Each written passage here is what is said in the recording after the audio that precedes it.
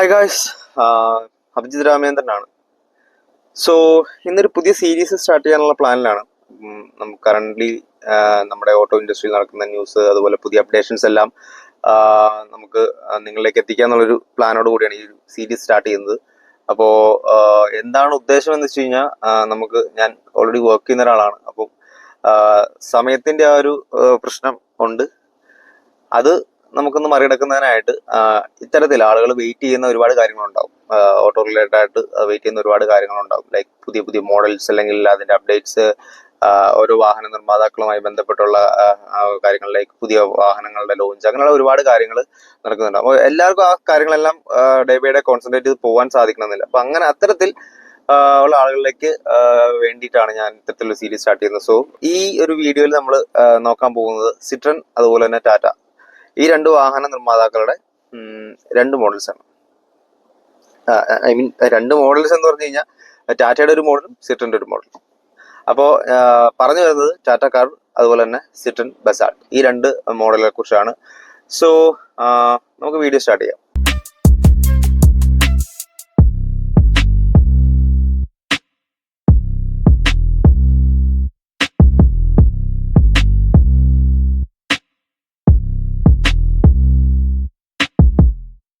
SUV coupe എന്നാണ് അവര്, അല്ലെങ്കിൽ കൂപ്പെ SUV എന്ത് വേണം വിളിക്കാം.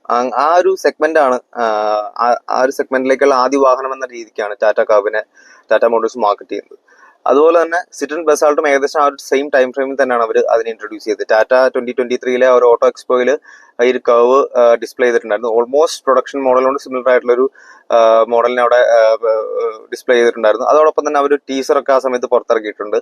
അത് കഴിഞ്ഞ് കുറച്ച് നാളുകൾക്ക് ശേഷം സിട്രൺ അവരുടെ ഒരു ബസാൾട്ട് വിഷൻ എന്നുള്ള ഒരു മോഡൽ പുറത്തിറക്കി. ഐ മീൻ ആ ഒരു ടീസർ കാര്യങ്ങളൊക്കെ വന്നു. അതിന്റെ ഈ രണ്ട് വാഹനങ്ങളും ഗ്ലോബലി ഈ ഓഗസ്റ്റ് ആദ്യവാരത്തിൽ നമ്മളെ ഗ്ലോബലി ലോഞ്ച് ആവുകയാണ്. സോ കോമ്പാക്ട് SUV ആണ് ഇപ്പൊ നിലവിൽ ക്ലാസ് ലീഡിംഗ് ആയിട്ടുള്ള ആ ഒരു സെഗ്മെന്റ് എന്ന് നമുക്ക് എല്ലാവർക്കും അറിയാം. ഒരു ഡസ്റ്ററിന്റെ ആ ഒരു സമയം തൊട്ട് ഇങ്ങോട്ട് ആളുകൾക്ക് ആവശ്യമുള്ളത് എന്താണോ, ലൈക്ക് ഹാഷ് ബാഗ്സും സെഡാൻസും മാത്രം, അല്ലെങ്കിൽ അതാണ് ആ കാലം വരെ ഇന്ത്യയിൽ ഏറ്റവും കൂടുതൽ വിൽക്കപ്പെട്ടുകൊണ്ടിരുന്ന ഒരു സെഗ്മെന്റ് എന്ന് പറയാം. അതിലേക്ക് വന്ന ആ ഒരു മാർക്കറ്റിലേക്ക് ഇതാ ഒരു വാഹനം വരുന്നു. അത് കോമ്പാക്ട് SUV സെഗ്മെന്റ് എന്നൊരു സെഗ്മെന്റ് ഓപ്പൺ ചെയ്യുന്നു. പിന്നീട് അങ്ങോട്ട് അതിന്റെ ചൂട് പിടിച്ചിട്ട് ഒരുപാട് വാഹനങ്ങൾ ആ ഒരു പേരിൽ പുറത്തിറങ്ങി. ഇപ്പം മൈക്രോ SUVs എന്നൊരു സെഗ്മെന്റ് വരുന്നുണ്ട്, അതുപോലെ തന്നെ കോമ്പാക്ട് SUV വരുന്നുണ്ട്, മിഡ് സൈസ് SUVs, എല്ലാ SUVകളാണ്. ഏത് വാഹനങ്ങൾ ഇറങ്ങിയാലും ഗ്രൗണ്ട് ക്ലിയറൻസ് ഉള്ള വാഹനങ്ങളാണ് എങ്കിൽ അതിനെല്ലാത്തിനും SUV എന്ന ആ ഒരു ടേം കൊണ്ട് മാർക്കറ്റ് ചെയ്യുന്ന ഒരു കാലഘട്ടത്തിലേക്കാണ് അടുത്തൊരു SUV കൂപ്പെ എന്ന് പറയുന്നത്. ശരിക്കും ഇത്തരത്തിലുള്ള വാഹനങ്ങളെ നമുക്ക് ഒരിക്കലും SUV എന്ന് വിളിക്കാൻ ഒരു പാടുണ്ടോ, അല്ല, ഒരു ജാക്ഡപ്പ് ആയിട്ടുള്ള ഹാച്ച് ബാഗ്സ് എന്നാണ് പൊതുവെ പറയാറ്. കാര്യം വേറെ ഒന്നുമില്ല, ഗ്രൗണ്ട് ക്ലിയറൻസ് അത്യാവശ്യം ഉണ്ടാവും. ഇന്ത്യൻ റോഡ് കണ്ടീഷൻസിന് വേണ്ട ഗ്രൗണ്ട് ക്ലിയറൻസ് ഉണ്ടാവും. എന്നാൽ SUVകളുടെ ആ ഒരു 4x4 സ്പെക്കോ അല്ലെങ്കിൽ ആ ഒരു ക്യാപ്പബിലിറ്റി ഒന്നും ഇത്തരത്തിലുള്ള കോമ്പാക്ട് SUVകൾക്കോ അല്ലെങ്കിൽ മിഡ് സൈസ് SUVകൾക്കോ കാണാറില്ല. നമ്മൾ ക്രെറ്റയോ അല്ലെങ്കിൽ അതുപോലെ തന്നെ ബ്രിസിയോ ഒക്കെ എടുത്ത് നോക്കിയാൽ നമുക്ക് മനസ്സിലാവില്ല, എല്ലാം ഫ്രണ്ട് വീൽ ഡ്രൈവ് വാഹനങ്ങളാണ്. അതുപോലെ തന്നെ ഇപ്പൊ അതിനോട് ഹൈബ്രിഡ് കാര്യങ്ങളുള്ള ടെക്നോട് ചേർത്തിട്ട് മൈലേജ് ഓറിയന്റഡ് ആയിട്ടും, അതുപോലെ ആളുകൾക്ക് എന്താണോ വേണ്ടത് അത് കറക്റ്റ് ആയിട്ടുള്ള കോൺഫിഗറേഷനിൽ എത്തിക്കുക എന്നാണ് ഇപ്പൊ മാനുഫാക്ചറേഴ്സ് എത്തിക്കുന്നത്. അതിനിപ്പോ SUV എന്ന ഒരു ടേമിനെ, അല്ലെങ്കിൽ ആ ഒരു ബോഡി സ്റ്റൈലിങ്ങിനെ അതിനെ പ്രേമിക്കുന്ന, അല്ലെങ്കിൽ അതിനോട് ഒരുപാട് ഇഷ്ടമുള്ള ആളുകൾ തീർച്ചയായിട്ടും ആ ഒരു സെഗ്മെന്റ് തന്നെ ചൂസ് ചെയ്യും. അതാണ് നമ്മളിപ്പോ കണ്ടുകൊണ്ടിരിക്കുന്നത്. ആ ഒരു സെഗ്മെന്റിലേക്കാണ് കർവ് അതുപോലെ തന്നെ ബസാൾട്ട് വരുന്നത്. കൂപ്പെ എന്ന് പറയുന്നത് കൊണ്ട് പണ്ട് കാലത്ത് രണ്ടുപേർക്ക് സഞ്ചരിക്കാവുന്ന ഒരു കുതിരവണ്ടി എന്നാണ് കൂപ്പെ എന്നുള്ള ആ വാക്കിന്റെ ആദ്യകാലത്തെ അർത്ഥം.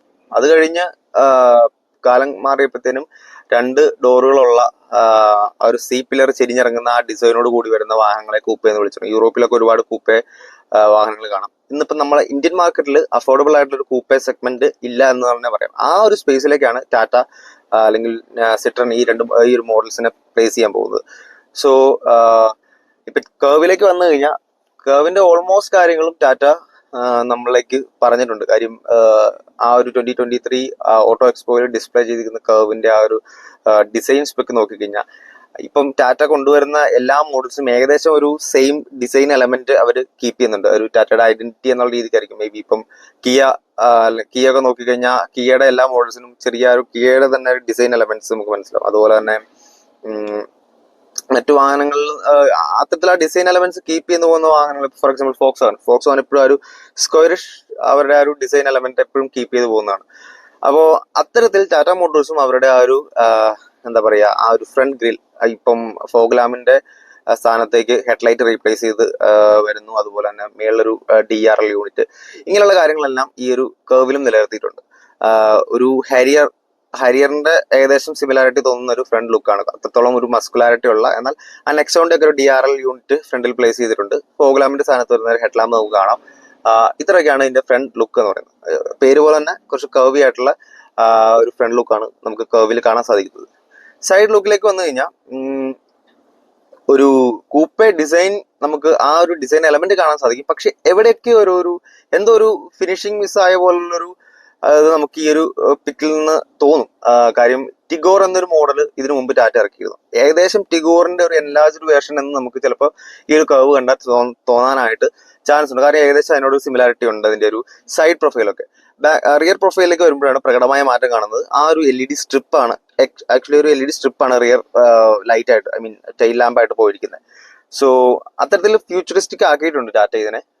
സൈഡ് പ്രൊഫൈലിൽ നിന്നൊക്കെ ആ ഒരു കൂപ്പെ എലമെന്റ് എടുത്ത് കാണാൻ സാധിക്കുമെങ്കിൽ പോലും എവിടെയോ ഒരു ഫിനിഷിംഗ് ടച്ച് മിസ്സായതുപോലെ നമുക്ക് ഈ ഒരു ടീസറിൽ നിന്നും അതുപോലെ തന്നെ ചില ആംഗിളിൽ നിന്നുള്ള ഒരു ഫോട്ടോസും നമുക്ക് തോന്നാം. അത് പറയാനുള്ള കാരണം ബസാർട്ടിലേക്ക് വരുമ്പോൾ അതിന് ക്ലിയർ ആയിട്ടുള്ള ഒരു കമ്പാരിസൺ നമുക്ക് പറയാം. സോ ഇതാണ് അതിന്റെ ഡിസൈൻ സ്പെക്ക്. ഇപ്പൊ ഇതിൽ സൺറൂഫ് പോലുള്ള കാര്യങ്ങളെല്ലാം എന്തായാലും ഉണ്ടാവും എന്നുള്ള കാര്യത്തിൽ 100% ഉറപ്പാണ്. പിന്നെ റെഡ് കളറിലാണ് ടാറ്റയുടെ ഫസ്റ്റ് ടീസർ പുറത്തിറക്കുന്നത്. മൾട്ടിപ്പിൾ കളേഴ്സ് ഇപ്പം നെക്സോണിൽ അവൈലബിൾ ആയിരിക്കുന്ന പോലെ ഒരുപാട് കളർ ഓപ്ഷൻസും നമുക്ക് കസ്റ്റമേഴ്സിന് എന്തായാലും ഉണ്ടാവും. എന്തായാലും ആ ഒരു കൂപ്പെ ഡിസൈനുകളുടെ ആ ഒരു സി പില്ലറിന്റെ മനോഹാരിതയും അതുപോലെ തന്നെ ആ ഒരു മസ്കുലാരിറ്റി ഒക്കെ ഇതിലും നമുക്ക് കാണാം. അതൊരു കർവി ആയിട്ടുള്ള ലാംഗ്വേജിലാണ് അവർ നമുക്ക് കാറിലേക്ക് കൊണ്ടുവന്നിരിക്കുന്നത്. സോ വാഹനത്തിന് ഇന്റീരിയറിലേക്ക് നോക്കിക്കഴിഞ്ഞാൽ ഇന്റീരിയർ ആക്ച്വലി ടാറ്റ മോട്ടോഴ്സ് ഇപ്പോൾ നിലവിൽ അത്യാവശ്യം ഫീച്ചർ ഓർഡർ ആയിട്ട് തന്നെയാണ് കാറുകൾ ഇറക്കുന്നത്. വലിയ ടച്ച് സ്ക്രീൻ ഇൻഫോർടൈൻമെന്റ് സിസ്റ്റം കാണാം. അതുപോലെ തന്നെ MID ഒക്കെ അത്രത്തോളം സ്പെക്കിൽ തന്നെയാണ് ടാറ്റ നെക്സണിലും അതുപോലുള്ള ഹാരിയറിലൊക്കെ ഇറക്കുന്നത്. സെയിം നമുക്ക് ഇവിടെയും കാണാം. എന്നാൽ പോലും കുറച്ച് ഡിസൈൻ എലമെന്റ്സ് അവിടെ മാറ്റി പരീക്ഷിക്കാൻ ടാറ്റ ശ്രമിച്ചിട്ടുണ്ട്. ഈ ഇതുവരെ വന്നിരിക്കുന്ന ഈ ഒരു പിക്സ് വെച്ച് നോക്കുമ്പോഴത്തേനും ആ ഒരു ഇൻഫോർടൈൻമെന്റ് സിസ്റ്റത്തിന്റെ ടച്ച് സ്ക്രീൻ അത് അത്രത്തോളം വലിപ്പമുള്ള ടച്ച് സ്ക്രീൻ അവിടെ ഉണ്ട്. അതുപോലെ തന്നെ MID അങ്ങനെ തന്നെയാണ്. പക്ഷെ എന്നാൽ ആ ഒരു സെൻട്രൽ കൺസോളിലേക്ക് വരുമ്പോഴത്തേക്കും കുറച്ച് ഡിസൈൻ ചേഞ്ചസ് കാണാം. നമുക്ക് ആ ഒരു എന്താ പറയാ, ഈ റേഞ്ച് റോവറിൽ കാണുന്ന പോലെ ആ ഒരു ഓട്ടോമാറ്റിക് ഗിയറിന്റെ ആ ഒരു നോബ് അവിടെ കൊടുത്തിട്ടുണ്ട്. അതുപോലെ തന്നെ ആ ഒരു എക്കോ സ്പോർട്സ് ആ സ്വിച്ചസ് ഒക്കെ നമുക്ക് പഴയ ടാറ്റയുടെ ഇപ്പോഴത്തുള്ള മോഡൽസിലുള്ള സെയിം സ്വിച്ചസ് തന്നെയാണെന്ന് തോന്നുന്നു. പക്ഷെ ഓട്ടോ എന്താ പറയാ, നമുക്ക് ഇലക്ട്രിക് പാർക്കിംഗ് ബ്രേക്കിന്റെ ഒരു സ്ഥാനം അവിടെ കൊടുത്തിട്ടുണ്ട്. അപ്പം മേ ബി ടോപ്പ് സ്പെക് വേരിയന്റിൽ ഇലക്ട്രിക് പാർക്കിംഗ് ബ്രേക്കുകളായിരിക്കും വരുന്നത്. അതുപോലെ ഡാഷ്ബോർഡ് അവരൊരു ചെറിയൊരു റീഡിസൈൻ ചെയ്താണ് കൊണ്ടുവന്നത്. മറ്റുള്ള മോഡൽസിനേക്കാളും കുറച്ചൊരു യുണീക്നെസ് ആ ഒരു ഡാഷ്ബോർഡിന് ഇപ്പൊ നമുക്ക് അവൈലബിൾ ആയിട്ടുള്ള പിക്കിൽ നിന്ന് മനസ്സിലാവും. ഡാഷ്ബോർഡ് കുറച്ചുകൂടെ ഒരു യൂണീക്ക് ആയിട്ടുള്ള സ്റ്റൈലിങ്ങിലാണ് കൊണ്ടുവന്നിരിക്കുന്നത്. പിന്നെ സ്പേസ് അതുപോലുള്ള കാര്യങ്ങളെല്ലാം ഈ ഒരു ഡിസൈൻ വെച്ച് നോക്കുമ്പോഴത്തേനും നല്ല രീതിക്ക് ഉണ്ടാവാനാണ് ചാൻസ്. കാര്യം ലെഗ് സ്പേസ് ആയിക്കോട്ടെ, ബൂട്ട് സ്പേസ് ആയിക്കോട്ടെ, അതൊക്കെ അത്യാവശ്യം നല്ല രീതിക്ക് തന്നെ ഉണ്ടാവാനാണ് ചാൻസ്. ലെതർ സീറ്റ്സ് ആയിരിക്കും ഇപ്പൊ തന്നെ അവർ കൊടുക്കുന്ന ലെതർ സീറ്റ്സ് ആണ്. അതുപോലെ മ്യൂസിക് സിസ്റ്റം ഒക്കെ ടോപ്പ് നോച്ച് ക്വാളിറ്റി ഉള്ളതായിരിക്കും. കാര്യം ഹാർമൻ കാർഡന്റെ സിസ്റ്റമാണ് ഇപ്പൊ നിലവിൽ കൊടുത്തുകൊണ്ടിരിക്കുന്നത്. അപ്പോൾ ഒബ്വിയസ്ലി അവർ ഇനി വരുന്ന അപ്കമിങ് മോഡൽസ് അത്യാവശ്യം നല്ല ഇത് തന്നെ ആയിരിക്കും കൊടുത്തിരിക്കുന്നത്. ഐ മീൻ ഹാർമൻ കാർഡനോ അല്ലെങ്കിൽ അതിൽ മേളിലേക്കുള്ള അല്ലെങ്കിൽ അതിനോട് കിടപിടിക്കുന്ന തരത്തിലുള്ള മ്യൂസിക് സിസ്റ്റം ആയിരിക്കും ഈ കർവിൽ വരാൻ പോകുന്നത്. ഇത്തരത്തിലാണ് ഇതിന് ഇന്റീരിയർ കാര്യങ്ങൾ. പിന്നെ ഇന്റീരിയറിന്റെ കളർ കാര്യങ്ങളൊക്കെ അത് ഇപ്പോൾ for example Nexon dark edition ഉണ്ട്. ഡാർക്ക് എഡിഷൻ ഫുള്ളി ബ്ലാക്ക് ആയിട്ടുള്ള ഒരു തീമാണ് അകത്ത് വന്നിരിക്കുന്നത്. എന്നാൽ മറ്റുള്ള വാഹനങ്ങൾ വെച്ച് നോക്കുമ്പോൾ അതിൽ ഇപ്പൊ ഹരിയറൊക്കെ ആണെങ്കിൽ ഒരു യെല്ലോ ഇൻസേർട്ടുകൾ, റെഡ് ഇൻസേർട്ടുകൾ, അങ്ങനത്തെ എലമെന്റ്സ് ഒക്കെ ഹരിയറിന്റെ ഡിസൈനിൽ കാണാം. അതുപോലത്തെ എക്സ്റ്റീരിയറിനോട് സാമ്യമുള്ള അല്ലെങ്കിൽ എക്സ്റ്റീരിയറിന്റെ ചില എലമെന്റ്സ് കൂടെ മേ ബി ഈ ഒരു എന്താ പറയാ കാറിനുള്ളിൽ അവര് സെറ്റപ്പ് ചെയ്തിട്ടുണ്ടാവും. ഐ മീൻ അവിടെ എവിടെയൊക്കെ ആയിട്ട് ചിലപ്പം ഡാഷ്ബോർഡിലായിരിക്കാം, അല്ലെങ്കിൽ വേറെ എവിടെയെങ്കിലും ഈ ഒരു എക്സ്റ്റീരിയറിന് സിമിലർ ആയിട്ടുള്ള ഒരു എലമെന്റ്സ് അവർ കൊണ്ടുവരാൻ ചാൻസ് ഉണ്ട്. അപ്പോ ഇത്രത്തോളമാണ് ഇതിന്റെ ഒരു ഇന്ത്യയുടെ സ്പെക് വരുന്നത്. പിന്നെ ബാക്കിയുള്ള ഫീച്ചേഴ്സിനെ കുറിച്ച് നമ്മൾ പ്രത്യേകം പറയണ്ടല്ലോ. ഇപ്പൊ എല്ലാ വാഹനങ്ങളിലും ഇത്തരത്തിൽ ഇറക്കുന്ന ടാറ്റയുടെ വാഹനങ്ങളായിക്കോട്ടെ, ടാറ്റയുടെ വാഹനം ക്രൂസ് കൺട്രോൾ, അതുപോലെ തന്നെ ഓട്ടോ ക്ലൈമറ്റ് കൺട്രോള്, അങ്ങനെയുള്ള പിന്നെ സൺറൂഫ്, വോയിസ് കമാൻഡ്സിന്റെ സപ്പോർട്ട്, അങ്ങനെയുള്ള എല്ലാ കാര്യങ്ങളും, ടയർ പ്രഷർ മോണിറ്ററിംഗ് സിസ്റ്റം, ഇതെല്ലാം ഓൾറെഡി എക്സിസ്റ്റിംഗ് ആണ്. അപ്പൊ അതെല്ലാം കർവിലും കാണും. പിന്നെ ഗിയർ ബോക്സ് എനിക്ക് തോന്നുന്നു ഒരു 6 സ്പീഡ് മാനുവൽ കാണാൻ ചാൻസ് ഉണ്ട്. അതുപോലെ തന്നെ അവരുടെ DCA ഡ്യുവൽ ക്ലച്ച് ട്രാൻസ്മിഷൻ വരാൻ ചാൻസ് ഉണ്ട്.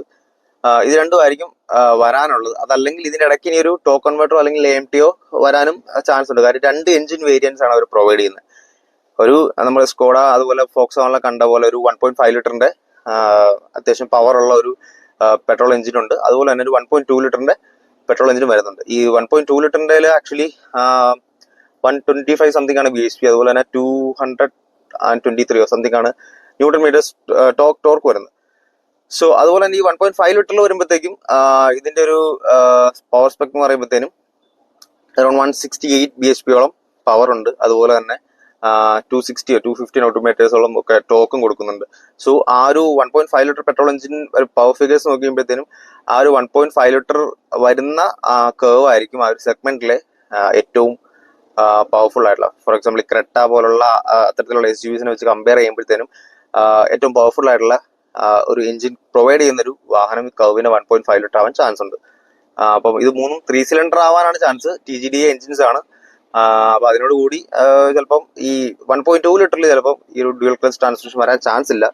അതിന് പകരം അവർ AMT അങ്ങനെ കൊണ്ടുവരുമായിരിക്കും. ബട്ട് ടോപ്പ് സ്പെക്കിലേക്ക് വരുമ്പോഴത്തേനും AMT ആയിരിക്കില്ല. എന്തായാലും ഈ ഡ്യുവൽ ക്ലച്ച് ട്രാൻസ്മിഷൻ അല്ലെങ്കിൽ 6 സ്പീഡ് മാനുവൽ ആയിരിക്കും വരാൻ ചാൻസ് ഉള്ളത്.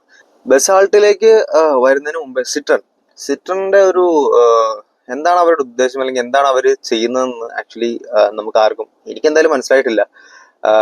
അവരുടെ C3 എന്ന വേരിയന്റ് വന്നു. ഐ മീൻ C5 ആണ് ഇപ്പൊ ഇറക്കിക്കണേൽ അവരുടെ ഏറ്റവും പ്രീമിയം, ഇന്ത്യയിലെ ഏറ്റവും പ്രീമിയം ആയിട്ടുള്ളത് C5. ആ ഒരു 35 lakhs ആ റേഞ്ചിലുള്ള ഒരു SUV മോഡലാണ്. അതില് അവര് SUV സ്പെക്സോ കാര്യങ്ങൾക്ക് അപ്പുറത്തേക്ക് അവർ ഒരു ഇമ്പോർട്ടൻസ് കൊടുത്തിരിക്കുന്നത് അവരുടെ ഡ്രൈവിംഗ് കംഫർട്ടിനാണ്. അത് സിട്രൺ എന്ന ഒരു ബ്രാൻഡ് നമുക്ക് വേൾഡ് വൈഡ് ഫേമസ് ആയിരിക്കുന്നതും അവരുടെ ആ ഒരു ഡ്രൈവിംഗ് കംഫർട്ട് എന്നുള്ള ഒറ്റ ഫാക്ടറിലാണ്. അവർക്ക് ആ ഒരു ഒരുപാട് നമുക്ക് സസ്പെൻഷൻ റിലേറ്റഡ് ഒരുപാട് ഫീച്ചേഴ്സ് അവർ കൊടുത്തിട്ടുണ്ട്. ലൈക്ക് ആ ഒരു ഡാമ്പേഴ്സ്, അതുപോലെ പിന്നെന്താണ് മാജിക് കാർപ്പറ്റ് എന്നുള്ള ഫീച്ചർ, അങ്ങനെ ഒരുപാട് ഫീച്ചേഴ്സ് ഈ ഒരു ഡ്രൈവിംഗ് കംഫർട്ട് ഇൻക്രീസ് ചെയ്യാനായിട്ടുള്ള കാര്യങ്ങൾ അവർ ആ വാഹനത്തിൽ കൊടുത്തിട്ടുണ്ട്. അതുകൊണ്ട് one of the best driving comfort തരുന്ന വാഹനങ്ങളിൽ ഒന്നാണ് ഈ ഒരു സിട്രൺ C5 എന്ന് സംശയമില്ലാതെ പറയാം. രണ്ടാമത്തെ കേസ് C3 വന്നു. C3 വന്നപ്പോഴത്തേനും അവർ അഗ്രസീവ് ആയിട്ടുള്ള പ്രൈസിങ് കൊടുത്തു. പക്ഷെ അതിൽ ബേസിക് ആയിട്ടുള്ള ഫീച്ചേഴ്സ് പോലും ഉണ്ടായിരുന്നില്ല. ബേസിക് ഫീച്ചേഴ്സ് പോലും ഇല്ലാതെ ഒരു അഗ്രസീവ് പ്രൈസിങ് കൊടുത്താൽ എങ്ങനെയായിരിക്കും എന്നുള്ള റിസൾട്ടാണ്. ആ വാഹനങ്ങളിലേക്ക് അധികം ശ്രദ്ധ കൊടുക്കാതിരിക്കുകയും then അതിന്റെ ഇലക്ട്രിക് വന്നപ്പോൾ എനിക്ക് തോന്നുന്നു ഇലക്ട്രിക് കുറച്ചുകൂടെ അതിന്റെ നോർമൽ ടർബോ വേരിയന്റിനേക്കാൾ കൂടുതലായിട്ട് ഇലക്ട്രിക് വേരിയന്റ് ഇപ്പം സെയിൽ ആവുന്നുണ്ടെന്നു. പക്ഷെ ആ ഒരു കാര്യത്തിൽ സിട്രനെ സമ്മതിക്കേണ്ട കേസ് എന്ന് വെച്ച് കഴിഞ്ഞാൽ അത് ഹാഷ് ബാക്ക് എന്നുള്ള രീതിക്കാണ് സിട്രൺ മാർക്കറ്റ് ചെയ്തത്. C3 is A hash back എന്നുള്ള രീതിക്ക് തന്നെയാണ് അവർ മാർക്കറ്റ് ചെയ്തത്. പക്ഷെ അവന്റെ പ്ലാൻ എന്ന് വെച്ച് കഴിഞ്ഞാൽ C3 എയർക്രോസ് എന്നൊരു വേറൊരു മോഡലുണ്ട്. ആ മോഡലാണ് അവർ ഒരു SUV എന്ന രീതിക്ക് ഇപ്പൊ മാർക്കറ്റ് ചെയ്തിറക്കുന്നത്. അത് ഒരു 7 സീറ്റ് കോൺഫിഗറേഷനിലും ഒരു 5 സീറ്റ് കോൺഫിഗറേഷനിലും നിലവിൽ ഇപ്പോൾ അവൈലബിൾ ആണ്. പക്ഷെ നമുക്കറിയാം ഇതൊന്നും SUV ഇതല്ല, നേരത്തെ പറഞ്ഞ പോലെ SUV ഇതുള്ള അല്ല എന്നുള്ള കാര്യം നമുക്കറിയാം. അപ്പോൾ ഈ ഒരു C3 എയർക്രോസ്, C3, അതുപോലെ C5, C3 ഇലക്ട്രിക്, ഈ ഇത്ര മോഡൽസ് ആണ് ഇപ്പൊ നിലവിൽ സിട്രോണ് ഇന്ത്യയിൽ അവൈലബിൾ ആയിട്ടുള്ളത്. അപ്പോ അതിന്റെ ഒരു സെഗ്മെന്റിലേക്കാണ് ഈ ഒരു ബസാൾട്ട് വിഷൻ വരുന്നത്. അപ്പൊ 2 പ്രശ്നങ്ങളാണ് ഉള്ളത്. ഒന്ന്, സിട്രണ് നിലവിൽ അവൈലബിൾ ആയിട്ടുള്ള സർവീസ് നെറ്റ്വർക്ക് വളരെ കുറവാണ്. ഇപ്പോൾ കൊച്ചിയിൽ ഒരെണ്ണം ഉണ്ട്, പിന്നെ അടുത്ത് നിയർബൈ എവിടാന്നുള്ളത് അറിയില്ല. അപ്പോൾ കൊച്ചിയിലുണ്ടെങ്കിൽ പോലും ഒരു ഇത്രയും വലിയ ഒരു ഏരിയ കവർ ചെയ്യുന്നതുകൊണ്ട് തന്നെ നല്ല ബിസി ആയിട്ടുള്ള ഒരു സർവീസ് സെന്റർ ആയിരിക്കാനും ചാൻസ് ഉണ്ട്. അപ്പം സർവീസ് സെന്ററിന്റെ ഒരു ഇഷ്യൂ എല്ലാവരും നോക്കും. അതുപോലെ തന്നെ സെക്കൻഡ് വൺ എന്ന് വെച്ച് കഴിഞ്ഞാൽ ഇപ്പം അവരൊരു ഇവരുടെ ഒരു യൂറോ എൻക്യാപ്പ് ഗ്ലോബൽ എൻക്യാപ്പിൽ എന്തോ സിട്രന്റെ ലേറ്റസ്റ്റ് ഈ ഒരു C3 0 സ്റ്റാർ ആണ് നേടിയിരിക്കുന്നത്. അപ്പം സേഫ്റ്റി ഒരു ഫാക്ടർ ആയിട്ട് നിലവിൽ ഇന്ത്യയിൽ ഉള്ള ഒരു സമയത്ത് ഈ വരുന്ന മോഡലിലെ സേഫ്റ്റി എത്രത്തോളം ഉണ്ടാവുമെന്ന് നമ്മൾ തീർച്ചയായിട്ടും ഇന്ത്യയിലെ ജനങ്ങൾ നോക്കും, ഉറപ്പായിട്ടും നോക്കും. കാരണം ടാറ്റ എന്നൊരു മാനുഫാക്ചർ അല്ലെങ്കിൽ മഹീന്ദ്ര എന്ന മാനുഫാക്ചർ ഒക്കെ 5 സ്റ്റാർ കണ്ടിന്യൂസ്ലി നേടിക്കൊണ്ടിരിക്കുന്ന ഒരു സാഹചര്യത്തിൽ ന്യൂ മോഡൽസ് വരുമ്പോൾ ഈവൻ മാരുതി ആണെങ്കിൽ ഇപ്പോഴത്തെ ആളുകൾ ചിന്തിക്കുന്നത് 5 സ്റ്റാർ ആണോ, അല്ലെങ്കിൽ സേഫ്റ്റി എത്രത്തോളം ഉണ്ട്. സേഫ്റ്റി ഒരു മെയിൻ ഫാക്ടറായിട്ട് മാറുന്ന അതൊരു നല്ല കാര്യമാണ്. സേഫ്റ്റി ഒരു മെയിൻ ഫാക്ടറായിട്ട് മാറുന്ന ഒരു കാലഘട്ടത്തിൽ ഒബ്വിയസ്ലി വണ്ടിയുടെ സേഫ്റ്റി എത്രത്തോളം ഉണ്ടെന്നൊരു ചർച്ച പബ്ലിക്കിൽ ഉണ്ടാവും, അത് ഉറപ്പാണ്. സോ ഇത്രത്തോളം കാര്യങ്ങളാണ് സിട്രോണിന് മുമ്പിൽ ഒരു വെല്ലുവിളിയായിട്ടുള്ളത്. ഇപ്പൊ നിലവിൽ അവർ കൊണ്ടുവന്നിരിക്കുന്ന മോഡൽസ് ഒന്നും അത്രത്തോളം സക്സസ് അല്ല. ബട്ട് ഇത് അവർക്ക് എന്താ പറയാ ഡിസൈൻ കാര്യങ്ങളെല്ലാം വെച്ച് നല്ല രസമാണ് കാണാൻ. അപ്പോൾ അത് എത്തരത്തിലാണ് അവർ മാർക്കറ്റിൽ പ്ലേസ് ചെയ്യുന്നത്, എത്തരത്തിലായിരിക്കും അവർ അതിന് കസ്റ്റമർ സപ്പോർട്ട് കൊടുക്കുന്നത്, അത്തരത്തിലേക്ക് അതിന്റെ സക്സസ്. സോ സിട്രോൺ ബസാൾട്ടിന്റെ ആ ഒരു ഡിസൈൻ ടാറ്റ കർവിനെക്കാളും കുറച്ചുകൂടെ ഒരു പ്രൊപ്പോർഷനേറ്റ് ആണ്. അതുപോലെ കുറച്ചുകൂടെ ഒരു ഫിനിഷിങ് എല്ലാം കൊണ്ടും ആ ഡിസൈൻ വൈസ് ഒരു ഒരു ഒരു പൊടിക്ക് മുമ്പിൽ നിൽക്കുന്നത് തീർച്ചയായിട്ടും സിട്രോൺ ബസാൾട്ട് തന്നെയാണ്. ആ ലുക്ക് വൈസ് ഫ്രണ്ടിലെ ആ ഒരു വൈ ഷേപ്പ് DRL കാണാം. അതുപോലെ തന്നെ സിട്രോണിന്റെ ആ ഒരു എല്ലാ ഡിസൈൻ എലമെന്റ്സും അതിൽ തന്നെ ഇതിൽ നിലനിർത്തി. ഇപ്പൊ C3 C5 ഒക്കെ കണ്ട ആ ഹെഡ്ലൈറ്റ്സും കാര്യങ്ങളെല്ലാം ഇതിൽ തന്നെ നിലനിർത്തിയിട്ടുണ്ട്. അതുപോലെ തന്നെ അതിനിടയ്ക്ക് ചെറിയ ചെറിയ എലമെന്റ്സ് എല്ലാം ആ ഗ്രില്ലിലും കാര്യങ്ങളെല്ലാം കൊടുത്തിരിക്കുന്നത് കാണാം. അതുപോലെ കർവിനും പ്രൊജക്ടർ LED ഹെഡ് ലാംപ്സ് ആണ്. സെയിം ഇതിലും നമുക്ക് വരുന്നത് ഒരു projector LED head lamp setup ആണ് നമുക്ക് കാണാം. അതുപോലെ കുറച്ചുകൂടെ സ്ക്വയറിഷ് ആയിട്ടുള്ള ഒരു ഡിസൈൻ ആണ് സിട്രോൺ കൊടുത്തിരിക്കുന്നത്. ഈ ഒരു ബസാൾട്ടിന് സിട്രോൺ കൊടുത്തിരിക്കുന്നത് സ്ക്വയറിഷ് കൈൻഡ് ഓഫ് ഡിസൈൻ ആണ് കൊടുത്തിരിക്കുന്നത്. കർവി ആണെങ്കിൽ ഇവിടെ വരുമ്പോഴത്തേക്കും കുറച്ചുകൂടെ സ്ക്വയറിഷ് ആയിട്ടുള്ള കുറച്ചുകൂടെ ഒരു മസ്കുലർ ഫീൽ കിട്ടുന്ന തരത്തിലുള്ള ഒരു അഗ്രസീവ് ആയിട്ടുള്ള ഒരു ലുക്കാണ് ബസാൾട്ട് കൊടുത്തിരിക്കുന്നത്. ഇതിൽ കണ്ട ഒരു ഏറ്റവും എനിക്ക് അട്രാക്ട് എന്ന് വെച്ചാൽ അലോയ് വീൽസ് അത് പ്രൊഡക്ഷൻ റെഡി ബിൽഡ് ആണോ എന്ന് അറിയത്തില്ല. എങ്കിൽ അലോയ് വീൽസ് ആ സെഗ്മെന്റിൽ വൺ ഓഫ് ദി ബെസ്റ്റ് ആവാൻ ചാൻസ് ഉണ്ട്. കാര്യം അത്രത്തോളം മനോഹരമായിട്ടുള്ള അലോയ് വീൽസ് ആണ് അത് കൊടുത്തിരിക്കുന്നത്. ബ്ലാക്ക് തീമിൽ നല്ല അടിപൊളി സ്പോക്സ് ഒക്കെ ഉള്ള നല്ലൊരു അലോയ് വീൽസ് ആണ് കൊടുത്തിരിക്കുന്നത്. പിന്നെ ആ ഒരു കൂപ്പ എലമെന്റ് ഇവിടെ പ്രകടമായിട്ട് കാണാം. റിയർ പ്രൊഫൈലും കറക്റ്റ് ആ ഒരു സ്ക്വയർ രീതിക്കാണ്. എനിക്കിത് എന്താ പറയാ സിട്രോണിന്റെ ഒരു മുമ്പുള്ള ഈ C3 എയർക്രോസിലൊക്കെ ഉള്ള ആ ഒരു ടെയിൽ ലാമ്പ് ഡിസൈൻ ഇവിടെയും അവർ കൊണ്ടുവന്നിട്ടുണ്ട്. LED ടെയിൽ ലാമ്പ് യൂണിറ്റ് ആവാനാണ് ചാൻസ്. പിന്നെ അതുപോലെ തന്നെ ആ ഡോർ ഹാൻഡിൽസ് ഒക്കെ അവർ ആ ഒരു C3 നിന്ന് എടുത്തു വെച്ച പോലെ തന്നെ ഡോർ ഹാൻഡിൽസ് ആണ് കൊടുത്തിരിക്കുന്നത്. അതൊക്കെ എത്രത്തോളം ഒരാളെ വാഹനം എടുക്കുന്നതിൽ നിന്നും ആ ഒരു ഇത്തരത്തിൽ ഡോർ ഹാൻഡിൽ പോലുള്ള എലമെന്റ്സ് എത്രത്തോളം സ്വാധീനിക്കുമെന്ന് എനിക്ക് അറിയത്തില്ല. എന്നാൽ പോലും ചില ആളുകൾ നോക്കുമായിരിക്കും, ഒബ്വിയസ്ലി നോക്കുമായിരിക്കും. കാരണം ബെറ്റർ ഓപ്ഷൻ ഇപ്പൊ കർവ് ഇപ്പോൾ ഉള്ളത് കൊണ്ട് ഇവരെ ഈ മെയിൻ കമ്പാരിസൺ വരുന്നത് എങ്ങനെ ആയതുകൊണ്ട് ഒബ്വിയസ്ലി നോക്കുമായിരിക്കും. ഇത്തരത്തിലാണ് ഇതിന്റെ ഡിസൈൻ എലമെന്റ്സ്. റിയർ പ്രൊഫൈലൊക്കെ അങ്ങനെ ആയിരുന്നു. സ്പോയിലർ കാര്യങ്ങളൊന്നും റിയറിൽ കണ്ടിട്ടില്ല. സൈഡ് പ്രൊഫൈലാണ് എക്സാക്ട് ആ കൂപ്പ എലമെന്റ് എല്ലാം നിലനിർത്തിയിട്ട് തന്നെയാണ്. കുറച്ചുകൂടെ ഫിനിഷ്ഡ് ആയിട്ടുള്ള ഒരു ഡിസൈൻ നമുക്ക് ഈ ഒരു ബസാൾട്ട് കാണാൻ സാധിക്കും. അതുപോലെ തന്നെ ഇന്റീരിയറിലേക്ക് വന്നു കഴിഞ്ഞാൽ ടാറ്റ കർവിന്റെ അത്രത്തോളം ഇന്റീരിയർ എക്സ്പോസ്ഡ് ആയിട്ടില്ല. എന്നാൽ ഇതുവരെ അവരെ ഇറക്കിയിരിക്കുന്ന ടീസർ വെച്ചിട്ട് ഒരു ഓട്ടോ ക്ലൈമറ്റ് കൺട്രോൾ നമുക്ക് മനസ്സിലാക്കാം. അതുപോലെ ഒരു ഫുള്ളി ഡിജിറ്റൽ ആയിട്ടുള്ള ഒരു MID ഉണ്ട്. അതുപോലെ തന്നെ ടച്ച് സ്ക്രീൻ ഇൻഫോർടൈൻമെന്റ് സിസ്റ്റം കൊടുത്തിട്ടുണ്ട്. ആ ഒരു AC വെന്റ് ഒക്കെ നമ്മുടെ ഓൾഡ് സിട്രോണിലുള്ള പോലെ തന്നെയുള്ള AC വെന്റ്സ് കൊടുത്തിട്ടുണ്ട്. എന്നാലും കുറച്ചുകൂടെ പ്രീമിയം ആയിട്ടുള്ള ഫിനിഷിംഗ് നമുക്ക് ഇതിൽ കാണാൻ സാധിക്കും. ഈ വന്നിരിക്കുന്ന ടീസറിൽ വെച്ചിട്ട് കാണാൻ സാധിക്കും. ഇതിനൊരു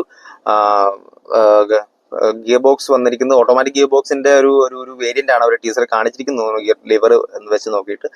ഇതിന്റെ എഞ്ചിൻ സ്പെക്കിലേക്ക് വന്ന C3 എയർക്രോസിൽ വന്നിരിക്കുന്ന ആ ഒരു എഞ്ചിനാണ്. അതൊരു 109 സംതിങ് BHP പ്ലസ് 205 Nm ടോക്കും വരുന്ന ഒരു എഞ്ചിനാണ്. അത്യാവശ്യം പവർഫുൾ ആയിട്ടുള്ള എഞ്ചിനാണ്. നമുക്ക് ടാറ്റ കർവിന്റെ എഞ്ചിൻ ഇതുവരെ അവര് പറഞ്ഞതല്ല, നമുക്ക് ഇതിനു മുമ്പ് ഒരു മോഡൽസിന് അത് റിവീൽ ചെയ്യാത്തതുകൊണ്ട് അതിന്റെ എഫിഷ്യൻസി കാര്യങ്ങളെ കുറിച്ചൊന്നും അറിയത്തില്ല. പക്ഷെ ഈ ഒരു എഞ്ചിൻ നമ്മൾ അവർ ഈ ഒരു C3 എയർക്രോസിൽ കണ്ടതായതുകൊണ്ട് തന്നെ അത്രത്തോളം എഫിഷ്യന്റ് ആയിട്ടുള്ള എഞ്ചിൻ അല്ല, ബട്ട് നല്ല പവർഫുൾ ആയിട്ടുള്ള എഞ്ചിനാണ്. ഒബിയസ്ലി നല്ല പവർഫുൾ ആയിട്ടുള്ള ടർബോ എഞ്ചിനാണ്. ഇതൊരു 3 സിലിണ്ടർ ടർബോ പെട്രോൾ എഞ്ചിനാണ്. അതിനോടുകൂടി ഇപ്പം C3 വന്നിരിക്കുന്ന ഒരു torque converter 6 speed torque converter ആയിരിക്കും ഇതിലും വരാൻ ചാൻസ് ഉള്ളത്. അതോടുകൂടി ഒരു 6 സ്പീഡ് മാനുവൽ ഗിയർ ബോക്സ് അതോടെ ആയിരിക്കും ഉണ്ടാവാൻ ചാൻസ് ഉള്ളത്. ഇന്റീരിയറിലേക്ക് വരുമ്പോഴത്തേക്ക് വൈറ്റിഷ് തീമാണ് ഈ പുറത്തിറങ്ങി ടീസർ പ്രകാരം ഈ സിട്രോണിൽ ഈ ബസാൾട്ടിൽ കാണുന്നത്. അതൊരു സെമി ലെതർ ഫിനിഷോ അല്ലെങ്കിൽ ലെതർ ഫിനിഷോ ആയിരിക്കും കൊടുത്തിരിക്കുന്നത്. സ്റ്റിച്ചിങ് കാര്യങ്ങളെല്ലാം അവർ ആ ഒരു ടീസർ വഴി വ്യക്തമാക്കിയിട്ടുണ്ട്. അപ്പോൾ ഇത്തരത്തിലാണ് ഇതിന്റെ സിട്രോണിന്റെ കാര്യം. സോ ബേസിക്കലി ഈ രണ്ട് വാഹനങ്ങൾ എടുത്തു നോക്കുമ്പോൾ മുമ്പിലേക്ക് വരുന്ന ബെറ്റർ എഞ്ചിൻ ഓപ്ഷൻസ് 3 പവർ ട്രെയിനുകൾ ആക്ച്വലി കർവിൽ അവൈലബിൾ ആണ്. ഒന്ന് ഇലക്ട്രിക് ഉണ്ട്, അതുപോലെ തന്നെ ഡീസൽ ഉണ്ട്, പെട്രോൾ ഉണ്ട്. അത് തീർച്ചയായും ടാറ്റയ്ക്ക് ഒരു ബെനിഫിറ്റ് ആയിരിക്കും. കാര്യം എല്ലാ കോൺഫിഗറേഷൻസിലും വാഹനം അവൈലബിൾ ആണ്. ഇലക്ട്രിക് വരുന്നുണ്ട്. അതുപോലെ തന്നെ ഈ ഡീസൽ എഞ്ചിൻ, ഇവർക്ക് എക്സിസ്റ്റിംഗ് ആയിട്ടുള്ള ഒരു ഡീസൽ എഞ്ചിൻ ഉണ്ട്, 1.5 ലിറ്റർ ഡീസൽ ഉണ്ട്. ആ ഡീസൽ എഞ്ചിനും കർവ് അവൈലബിൾ ആയിരിക്കും. അതുപോലെ തന്നെ ഒരു 1.2 ലിറ്റർ TGDI എഞ്ചിനുണ്ട്, 1.5 ലിറ്റർ TGDI എഞ്ചിനുണ്ട്. അതോടൊപ്പം മേ ബി AMT വരാൻ ചാൻസ് ഉണ്ട്. അതുപോലെ തന്നെ ഇപ്പോൾ ഒരു ഡ്യുവൽ ക്ലച്ച് ട്രാൻസ്മിഷൻ ഉണ്ടാവും. അതുപോലെ തന്നെ മാനുവൽ ഗിയർ ബോക്സും വരാൻ ചാൻസ് ഉണ്ട്. ചാൻസ് ഉണ്ടെന്നല്ല, ഇത് ഏകദേശം ഒരു 99.9% ഉറപ്പാണ്. മൈനർ ചേഞ്ചസ് മാത്രമാണ് ഇതിന് വരാൻ. കാരണം ടാറ്റ തന്നെ ഓൾറെഡി ഒഫീഷ്യലി ഇത് പുറത്തുവിട്ടേക്കുന്ന കേസാണ്. പിന്നെ ടാറ്റയുടെ കേസിലേക്ക് വരുമ്പോഴും ഈ ഒരു സർവീസ് സെന്ററിന്റെ റെസ്പോൺസും അതുപോലെ ടാറ്റയുടെ എഞ്ചിന്റെ റിഫൈൻമെന്റ്, അതിന്റെ ഒരു റിലയബിലിറ്റി ഒക്കെ ആയിരിക്കും മറ്റേ മെയിൻ ആയിട്ടും കസ്റ്റമേഴ്സ് അല്ലെങ്കിൽ നമ്മുടെ ജനങ്ങൾ നോക്കുന്നത്. സിട്രന്റെ കേസിൽ സിട്രൻ ആക്ച്വലി എഞ്ചിൻ ഉണ്ടാക്കി വിൽക്കുന്ന ആളുകളാണ്. അവരുടെ മെയിൻ റവന്യൂ എന്ന് പറയുന്നത് ഈ എഞ്ചിൻ മാനുഫാക്ചറിങ് ആണ്. അപ്പോൾ ആ ഒരു ഇത് വെച്ചിട്ട് എഞ്ചിൻ വൈസ് അവരുടെ റിലയബിലിറ്റി കാര്യങ്ങളെല്ലാം ഓൾറെഡി പ്രൂവ്ഡ് ആണ്. പകരം അവരുടെ ഒരു മുമ്പിലുള്ള ചലഞ്ച് എന്ന് വെച്ച് കഴിഞ്ഞാൽ എങ്ങനെയായിരിക്കും ഈ ഫീച്ചേഴ്സ് അവർ ഈ വാഹനത്തിൽ പ്ലേസ് ചെയ്തേക്കുക, എത്രത്തോളം ഫീച്ചേഴ്സ് ഉണ്ടാവും. നിലവിലെ ആളുകൾ ഫീച്ചർ ലോഡ് ആയിട്ടുള്ള കാറുകൾ നോക്കുന്ന അല്ലെങ്കിൽ മാർക്കറ്റിൽ അവൈലബിൾ ആയിട്ടുള്ള സ്ഥിതിക്ക് എങ്ങനെയായിരിക്കും അവർ ഈ കാർ പ്ലേസ് ചെയ്യുന്നുള്ളതായിരിക്കും സിട്രന്റെ മുമ്പിലുള്ള ഒരു ചലഞ്ച്. അത് നോക്കിയിട്ടായിരിക്കും തീർച്ചയായിട്ടും ആൾ. കാരണം സിട്രന്റെ മുമ്പുള്ള മോഡലുകളിൽ ഫീച്ചേഴ്സ് വളരെ ബേസിക് ആയതുകൊണ്ട് തന്നെ ഇത്തരത്തിൽ ഇപ്പൊ പുതിയ മോഡൽ വരുമ്പോഴത്തേനും അത് എങ്ങനെയായിരിക്കും തീർച്ചയായിട്ടും ആളുകൾ നോക്കുന്നതിൽ അത്യാവശ്യം വേണ്ട ഫീച്ചേഴ്സ് എല്ലാം ഉണ്ടോ, ഈവൻ ക്രൂസ് കൺട്രോൾ പോലുള്ള ഫീച്ചേഴ്സ് ഒക്കെ ഉണ്ടോ എന്നായിരിക്കും നോക്കുന്നത്. സൺറൂഫ് എന്തായാലും അവൈലബിൾ അല്ലെന്ന് ആ ഒരു ടീസറിൽ നിന്ന് വ്യക്തമാണ്. റൂഫ് ഒരു പ്ലെയിൻ റൂഫാണ് കൊടുത്തിരിക്കുന്നത്, സൺറൂഫ് അവൈലബിൾ അല്ല. ബാക്കി എല്ലാ കേസുകളും ഏകദേശം സിമിലർ ആണ്. എഞ്ചിൻ വൈസ് ഉള്ള ഒരു അഡ്വാൻറ്റേജ് ടാറ്റയ്ക്കുണ്ട്. ഐ മീൻ എഞ്ചിന്റെ പവർ ട്രെയിനുകൾ കൊടുക്കുന്നതിലുള്ള അഡ്വാൻറ്റേജ് ഉണ്ട്. പക്ഷെ റിലയബിലിറ്റി കാര്യങ്ങളെല്ലാം കുറച്ചുകൂടെ ഒരു പടി മുമ്പിൽ നിൽക്കുന്നത് സിട്രൻ തന്നെയാണ്. അപ്പോൾ നിങ്ങളുടെ റിക്വയർമെന്റ് അനുസരിച്ച് ഏതാണ് നിങ്ങളുടെ ഫേവറേറ്റ് വാഹനം, അല്ലെങ്കിൽ ഇത് കമ്പയർ ചെയ്യുമ്പോൾ ഏതിലേക്കാണ് നിങ്ങൾ നോക്കാൻ ചാൻസ് എന്നുള്ളത് കമന്റ് ചെയ്യുക. അപ്പോൾ ഇത്തരത്തിൽ ഇനി വരാൻ പോകുന്ന വാഹനങ്ങളെ കുറിച്ചും അല്ലെങ്കിൽ ഡെയിലി ഉള്ള ഓട്ടോ ന്യൂസും വെച്ചിട്ട് ഒരു സീരീസ് ഞാൻ ഇപ്പൊ പറഞ്ഞ പോലെ കണ്ടിന്യൂ ചെയ്ത് പോകാൻ ആഗ്രഹിക്കുന്നുണ്ട്. വീക്കിലി ഒരു 3-4 വീഡിയോസ് ഇട്ട് പോകാനുള്ള പ്ലാനാണ്. സോ സപ്പോർട്ട് ചെയ്യുക. ഇഷ്ടപ്പെട്ടാൽ വീഡിയോ ലൈക്ക് ചെയ്യുക, ഷെയർ ചെയ്യുക, അതുപോലെ സബ്സ്ക്രൈബ് ചെയ്യുക. അപ്പം അടുത്തൊരു വീഡിയോ ആയിട്ട് കാണുന്നവരെ here Abhijith Ramendran signing off. By.